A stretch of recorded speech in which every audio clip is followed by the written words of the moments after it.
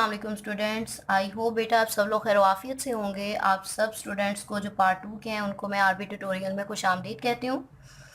हम जो चैप्टर पढ़ रहे हैं chapter number 7 fundamental principles of organic chemistry. हमने लास्ट टॉपिक इसके जो लास्ट 2 टॉपिक्स थे उसमें मैंने मेंशन किया था कि ये हमारा लास्ट टॉपिक है चैप्टर नंबर 7 का। जो टॉपिक था हमारे पास आइसोमेरिज्म।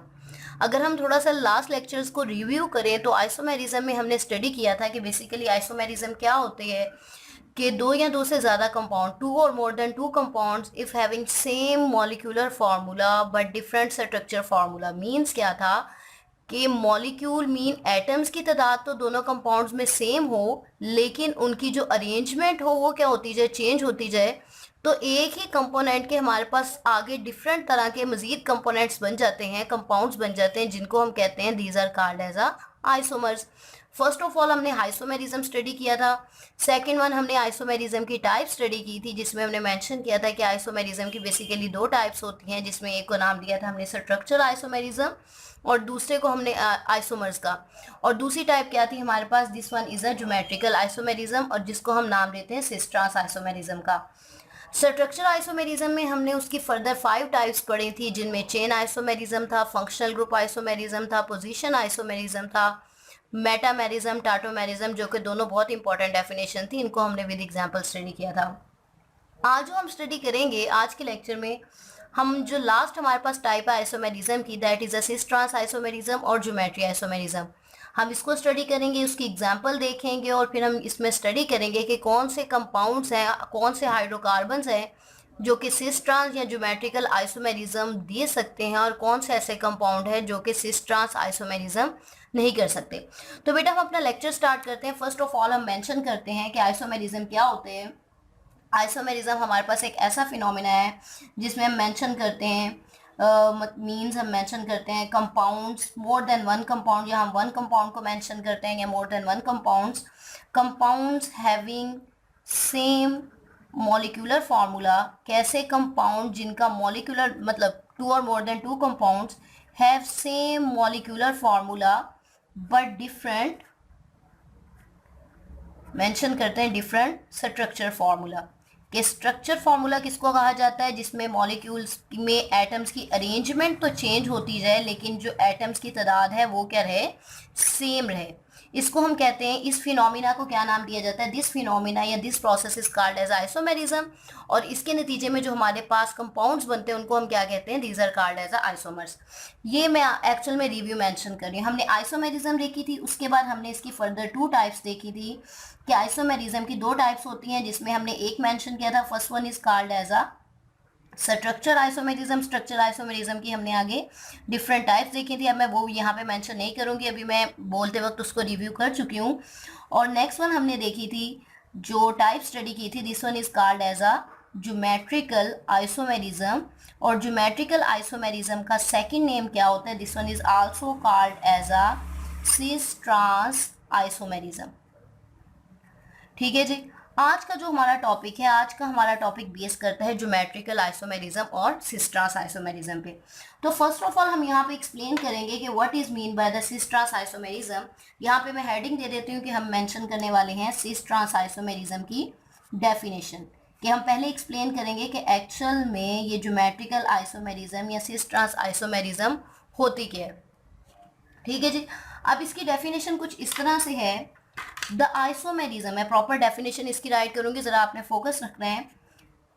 डेफिनेशन क्या है, द आइसोमेरिज्म या टाइप ऑफ आइसोमेरिज्म इन विच, कि ये आइसोमेरिज्म की ऐसी टाइप है जिसमें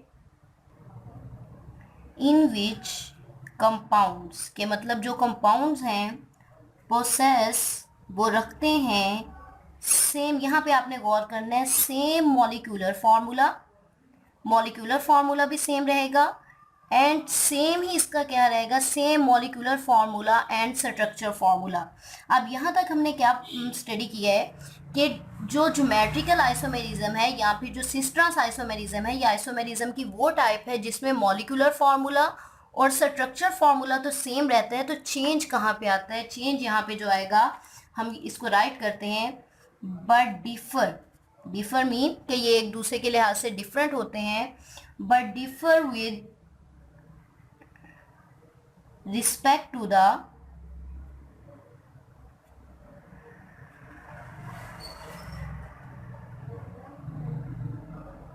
position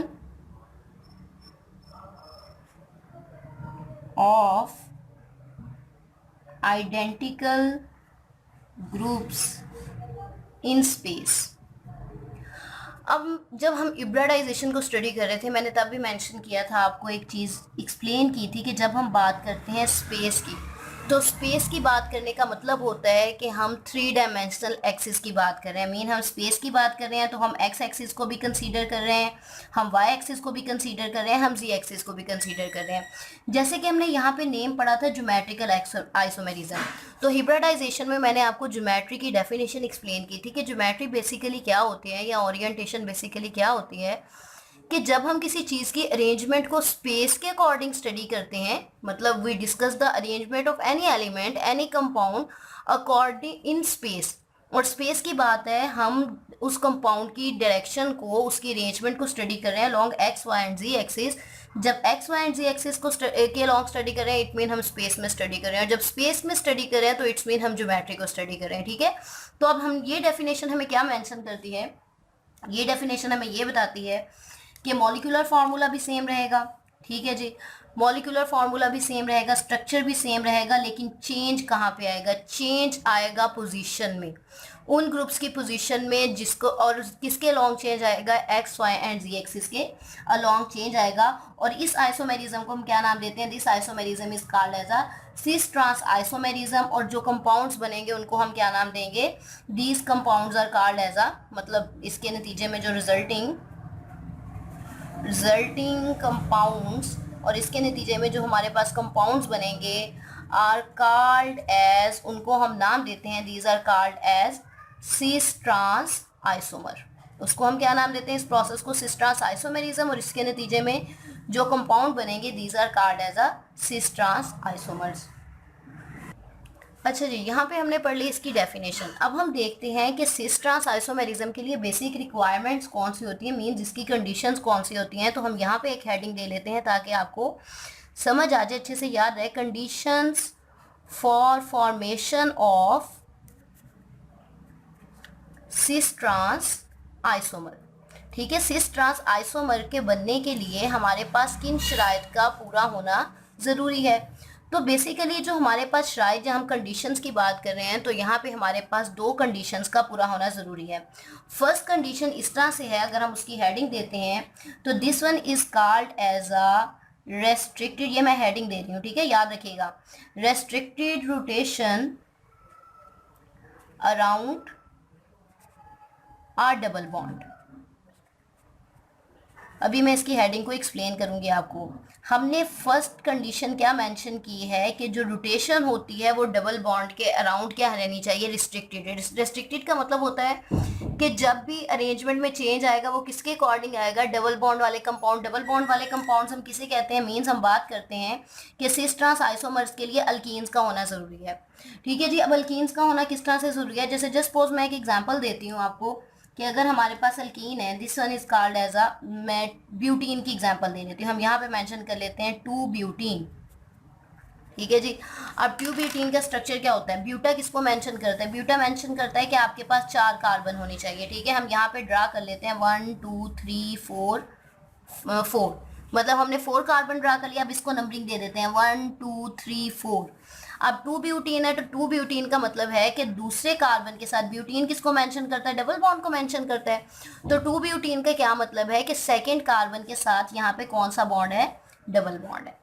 अब सिस ट्रांस आइसोमर्स किस तरह से बनते हैं, अब ये डबल बॉन्ड हमने लिख दिया। अब बाकी हम वैलेंसी पूरी करते हैं। बाकी वैलेंसी किस तरह से पूरी होगी, ये एक कार्बन है, कार्बन ने सिंगल बॉन्ड बनाया, बाकी इसके 3 बॉन्ड किस तरह से कंप्लीट होंगे, HCC लगा के।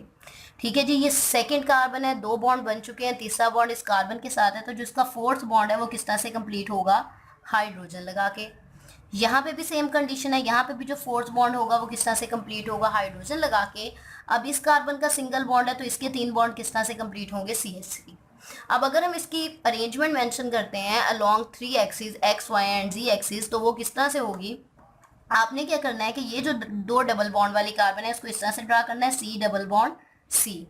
ठीक है जी। अब ये वाला जो मिथाइल ग्रुप है HCC, इसको हम इस साइड पे अरेंज कर देंगे, this one is a H3C, और यहाँ की ये जो हाइड्रोजन है ये इसके साथ बॉन्डिंग फॉर्म में ये आ गया।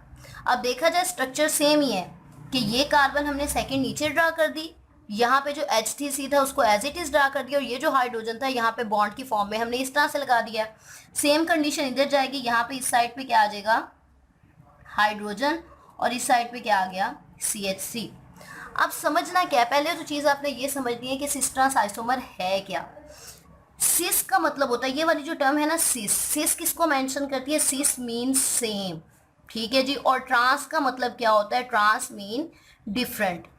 अगर तो डबल बॉन्डेड कार्बन एटम की सेम साइड पे सेम ग्रुप्स होंगे, this one is a cis isomer, ठीक है। देखा जाए तो इस डबल बॉन्डेड कार्बन के इस साइड पे अगर अपर साइड पे देखते हैं तो दोनों मिथाइल ग्रुप है, लोअर साइड पे देखते हैं तो दोनों हाइड्रोजन है, this one is called as a cis 2 butene. इसको हम क्या नाम देंगे, सिस 2 ब्यूटीन। अब अगर इसी के स्ट्रक्चर में हम कुछ इस तरह से चेंज कर दें कि ये जो हाइड्रोजन है ये अपर पोजीशन पे चले जाए और नीचे पोजीशन पे क्या आ जाए, मिथाइल, तो जस्ट लाइक मैं अगर यहाँ पे इसको ड्रा कर दूं कि ये इस तरह से हो जाए C डबल बॉन्ड C, यही स्ट्रक्चर पे जरा गौर करना है। HCC को हम एज इट इज यहीं ड्रा कर देते हैं और हाइड्रोजन यहाँ, लेकिन इन दोनों की पोजीशन को चेंज कर देते हैं, हाइड्रोजन अपर पोजीशन पे आ जाता है और CH3 लोअर पोजीशन पे। अब देखा जाए डबल बॉन्डेड कार्बन पे हमने कहा था ना restriction rotation about a double bond, कि जो रोटेशन होनी है वो डबल बॉन्ड के अराउंड ही है। अब मतलब रोटेशन किस तरह से होनी है कि इन दोनों की जो पोजीशन चेंज होनी है वो डबल बॉन्ड के अराउंड है। अब सीट देखा जाए, एक तरफ मिथाइल है एक तरफ हाइड्रोजन है, दोनों डिफरेंट ग्रुप्स हैं, इधर हाइड्रोजन है इधर मिथाइल है, दोनों डिफरेंट ग्रुप्स हैं, तो इसको हम क्या नाम देंगे, this isomer is called as a trans 2 butene. Basically इस कंपाउंड का नाम क्या था, 2 butene, this one is called as a trans butene, और इसको हम क्या नाम देंगे, this one is called as a cis 2 butene. अब देखा जाए तो हमारी डेफिनेशन क्या कहती थी, हमारी डेफिनेशन के अकॉर्डिंग था कि मॉलिक्यूलर और स्ट्रक्चर फार्मूला सेम है। जैसे हम देखें कि स्ट्रक्चर फार्मूला और मॉलिक्यूलर फार्मूला दोनों का सेम है, बट चेंज कहाँ पे आता है, डिफरेंट आता है with respect to the position of identical groups. कि क्या हो रहा है कि जो ग्रुप्स की पोजीशन है उसमें क्या आ जाता है, डिफरेंट। जैसे यहाँ पे है तो डिफरेंट जो चेंज आ रहा है वो सिर्फ किस में आ रहा है, वो ग्रुप्स में चेंज आ रहा है और किसी चीज़ में चेंज नहीं आ रहा। अलोंग द स्पेस की बात है कि वो पूरी तरह रोटेट करके अपनी एक्सिस को चेंज कर रहा है। मीन्स अगर सामने अगर हमें फ्रंट साइड पे एक्स एक्सिस में नज़र आ रही है तो वो रोटेट करके पीछे बैक एक्सिस में जा चुकी है। इसे कहते हैं कि उसमें क्या आ चुकी है, स्पेस के अकॉर्डिंग उसकी अरेंजमेंट चेंज हो चुकी है। तो बेटा यहाँ तक जो मैंने अभी एक्सप्लेन किया, अभी तो सिर्फ मैंने डेफिनेशन बताई थी सिस ट्रांस आइसोमेरिज्म की। दूसरी मैंने बताया कि इसकी कुछ कंडीशन है। पहली कंडीशन क्या है कि रिस्ट्रिक्शन जो होती है वो डबल बॉन्ड के अराउंड होती है, मीन कि सिस ट्रांस आइसोमर्स के लिए अल्कीन का होना ज़रूरी है। पहले मैंने इसमें एग्जांपल दे दी कि असल में सिस ट्रांस आइसोमर होते क्या हैं, वो किस तरह से बनते हैं, ठीक है। और मैंने एग्जांपल किसकी दी है, अल्कीन की एग्जांपल दी है, C डबल बॉन्ड हो, जो कि हमारे पास क्या था, 2 ब्यूटीन। अब क्वेश्चन असल में हमारे पास ये था कि ये जो रिस्ट्रिक्शन होती है वो सिर्फ डबल बॉन्ड के अराउंड ही क्यों होती है, या सिस ट्रांस आइसोमेरिज्म जो होते हैं वो सिर्फ डबल बॉन्डेड कंपाउंड क्यों बनाते हैं, अल्कीन्स क्यों बनाते हैं, अल्काइंस क्यों नहीं बनाते। तो उसका बेटा आंसर कुछ यूँ है कि अगर हम यहाँ पे मेंशन करते हैं, ये बहुत एक इंपॉर्टेंट क्वेश्चन है कि why cis trans isomerism is only given by the alkenes not by alkanes and alkynes. तो अगर हम यहाँ पे बात करते हैं अल्केन्स की, अल्केन्स किस तरह से हैं, जैसे सिंपल मैं एक एग्जांपल ले लेती हूँ अल्केन्स में। यही एग्जांपल ले लेते हैं ब्यूटेन की। पहले मैंने 2 ब्यूटेन है ब्यूटीन की ली थी, अब मैं क्या कहती हूँ, ब्यूटेन। ब्यूटेन किसको एक्सप्लेन करेगा, ब्यूटा क्या मतलब क्या होता है, 4 कार्बन, और एन का मतलब है कि सारे कौन से बॉन्ड हैं, कार्बन सारे के सारे सिंगल बॉन्ड की फॉर्मेशन कर रही है, ठीक है जी। अब मैं कार्बन अगर स्ट्रक्चर बनाती हूँ CCC, ठीक है, 4 कार्बन आ गए, इनकी बॉन्डिंग मेंशन करते हैं HCC CH2 CH2 CH3। अब अगर मैं इसका स्ट्रक्चर लिखती हूँ तो वो कुछ इस तरह से है, C सिंगल बॉन्ड C, एक तरफ हमारे पास मिथाइल ग्रुप है, यहाँ पे हाइड्रोजन, यहाँ पे भी हाइड्रोजन, इधर देखती हूँ तो इस कार्बन के हाइड्रोजन हाइड्रोजन, इस साइड पे क्या है, मिथाइल। तो आपसे अगर ये क्वेश्चन पूछ लिया जाता है why alkanes don't give the cis trans isomerism, के why alkanes do not form cis trans isomer, तो आपका आंसर एक सिंपल होना चाहिए। और आंसर सिंपल क्या है मैं यहाँ पे साथ में लिख देती हूँ कि जो द 2 कार्बन एटम्स, मैं आंसर लिख रही हूँ ये आप लोग नोट कर लेना, कि 2 कार्बन एटम्स के जब 2 carbon atom joined bye a single bond, कि जब दो कार्बन एटम सिंगल बॉन्ड के जरिए क्या करेंगे, ज्वाइन करेंगे by single bond, are capable of free rotation about it. Means क्या है कि जब दो कार्बन एटम सिंगल बॉन्ड के जरिए आपस में मीन्स अटैच होंगे तो इसमें क्या होती है, पूरे के पूरे ग्रुप्स की रोटेशन आ जाती है। जबकि सिस ट्रांस आइसोमेरिज्म के लिए कार्बन को रोटेट नहीं करना, जस्ट इसके साथ जो ग्रुप्स अटैच है उनको रोटेट करना है। मैं दोबारा रिपीट कर रही हूँ, अल्केन सिस ट्रांस आइसोमेरिज्म क्यों नहीं देते, क्योंकि जब कार्बन सिंगल बॉन्ड के जरिए अटैच होता है तो इसमें पूरे के पूरे ग्रुप्स की रोटेशन हो जाती है, पूरे का पूरा कार्बन जो होता है वो रोटेट कर जाता है। लेकिन सिस ट्रांस आइसोमेरिज्म की फॉर्मेशन के लिए सिर्फ ग्रुप्स की रोटेशन जरूरी है, पूरे के पूरे कार्बन को रोटेट नहीं करना। दैट्स व्हाई हम कहते हैं कि alkanes don't give cis trans isomerism, कि अल्केन सिस ट्रांस आइसोमेरिज्म नहीं दे सकते। इसके साथ हम दूसरी रीज़न भी मेंशन कर सकते हैं, बल्कि भी तो आप पहले यही देखें कि अल्केन्स क्यों नहीं देते। अल्केन्स की रीज़न मैंने आपको यहाँ पे मेंशन कर दिया कि आप लोगों ने नोट डाउन कर लेनी है। अच्छा जी, साथ ही मैं यहाँ पे मेंशन कर दूँ, ये अल्केन्स की रीज़न मेंशन कर दी। अब अल्केन्स की बता देते हैं कि अल्केन्स क्यों सिस ट्रांस आइसोमेरिज्म देते हैं। हम यहाँ पे इसकी रीज़न लिख देते हैं, वाइल व्हेन, यहाँ पे बता दिए कि जब दो कार्बन एटम सिंगल बॉन्ड के जरिए अटैच होते हैं। अब हम यहाँ पे मेंशन कर रहे हैं while when two carbon atom, लेकिन जब दो कार्बन एटम ज्वाइन करते हैं, joined by double bond, joint by double bond, लेकिन जब दो कार्बन एटम डबल बॉन्ड के जरिए आपस में अटैच होते हैं, they can not rotate freely. ठीक है जी, they can not rotate freely. Single bond के जरिए अटैच है तो वो फ्रीली रोटेट कर सकते हैं, जबकि डबल बॉन्ड के जरिए जब वो अटैच है तो वो रोटेट फ्रीली नहीं कर सकते। एंड एज अ रिजल्ट, और इसके नतीजे के तौर पे क्या होता है, as a result the relative position of various groups, या हम कह सकते हैं of the groups attach to these carbon atom, के मीन वो ग्रुप्स जो कि कार्बन एटम के साथ अटैच हैं। जब दो कार्बन एटम डबल बॉन्ड के जरिए अटैच होते हैं तो वो ग्रुप्स जो कि इस कार्बन के जरिए अटैच हैं वो अपनी पोजीशन को क्या रखते हैं, फिक्स रखते हैं। Attached to these carbon atoms get fixed, वो फिक्स रहती है। और रिजल्टिंग किस चीज़ की फॉर्मेशन होती है, रिजल्टिंग फॉर्मेशन होती है सिस ट्रांस आइसोमर्स की। और इसमें एक तीसरी टाइप आ जाती है, हम बात करते हैं अल्काइंस की। फर्स्ट ऑफ ऑल हमने अल्केन्स की बात की कि अल्केन्स क्यों सिस ट्रांस आइसोमेरिज्म नहीं देते, उसकी रीज़न मैंने यहाँ पे आपको मेंशन कर दी है। दूसरा क्वेश्चन था कि अल्कीन सिस ट्रांस आइसोमर्स क्यों देते हैं, तो उसकी रीज़न आपको यहाँ पे मेंशन कर दी गई है। अब तीसरा पॉइंट है हमारे पास अल्काइंस, कि अगर आपसे कोई पूछ लेता है कि अल्काइंस क्या सिस ट्रांस आइसोमेरिज्म फॉलो करते हैं, तो आपका आंसर होना चाहिए नो, बिकॉज अल्काइंस में क्या होता है, ट्रिपल बॉन्ड। अब ट्रिपल बॉन्ड की वजह से इसकी जो ज्योमेट्री होती है वो क्या होती है, लीनियर। अपनी इस लीनियर ज्योमेट्री की वजह से इसमें रोटेशन या इसमें जो चेंज आता है पोजीशन का, देख सकते हैं कि इस कार्बन के साथ जस्ट एक ग्रुप अटैच है, लेकिन सिस ट्रांस आइसोमेरिज्म के लिए एटलीस्ट दो ग्रुप्स अटैच होने चाहिए। जैसे मैं यहाँ पे एक एग्जांपल मेंशन कर देती हूँ जो भी हमने पीछे स्टडी की थी, HCH3, और यहाँ पे भी आ गया हाइड्रोजन और यहाँ पे आ गया CH3। अब देखा जाए डबल बॉन्डेड कार्बन आइटम के साथ एटलीस्ट दो ग्रुप्स अटैच होने चाहिए। और अगर हम यहाँ पे स्ट्रक्चर देखते हैं तो इसकी ज्योमेट्री क्या है, लीनियर है, और इसमें ट्रिपल बॉन्डेड कार्बन के साथ जस्ट एक ग्रुप अटैच है। मींस इसमें हम कह सकते हैं, इसकी रीजन में हम सिंपल मेंशन कर सकते हैं, due to linear geometry of the alkynes cis trans isomerism is not possible in alkynes. Hope so आपको ये पूरे क्वेश्चन क्लियर हो चुके होंगे। ये हमारी थी पहली कंडीशन कि वाई, जस्ट लाइक मेंशन करें, why cis trans isomerism is restricted only to a double bond, कि क्यों सिस ट्रांस आइसोमेरिज्म सिर्फ डबल बॉन्ड तक महदूद है। अब हमारे पास लास्ट जो इसकी हेडिंग है, जो हम लास्ट पॉइंट मेंशन कर रहे हैं, जो दूसरी कंडीशन है वो डिपेंड करती है nature of groups attach to carbon. ये ऑलरेडी मैं आपको एग्जांपल में मेंशन कर सकती, अटैच्ड विद कार्बन एग्जाम्पल में एक्सप्लेन कर चुकी हूँ, जो भी हमने 2-ब्यूटीन की एग्जाम्पल देखी थी, कि nature of group attach with the carbon का क्या मतलब है, कि एटलीस्ट जो दो ग्रुप अटैच होने चाहिए, यहाँ पे जो दो ग्रुप अटैच होने चाहिए डबल बॉन्डेड कार्बन एटम के साथ, वो डिफरेंट होने चाहिए। मैं अगर इसको यहाँ पे राइट कर देती हूँ ताकि आपको याद रहे, two groups attached with same carbon must be different. क्या होने चाहिए, वो डिफरेंट होने चाहिए। अब मैं इसकी एक एग्जांपल देती हूँ कि किस तरह से कि कौन सी कंडीशन हमारे पास करेक्ट होगी और कौन सी कंडीशन हमारे पास रॉन्ग होगी। जस्ट सपोज मैं यहाँ पे एक एग्जांपल लिखती हूँ। क्या आपने लिखे इस तरह से सी डबल बॉन्ड सी लिखा, डबल बॉन्डेड कार्बन, आपने इस साइड पे भी हाइड्रोजन लगा, इस साइड पे भी हाइड्रोजन, इस साइड पे मिथाइल है, इस साइड पे मिथाइल है।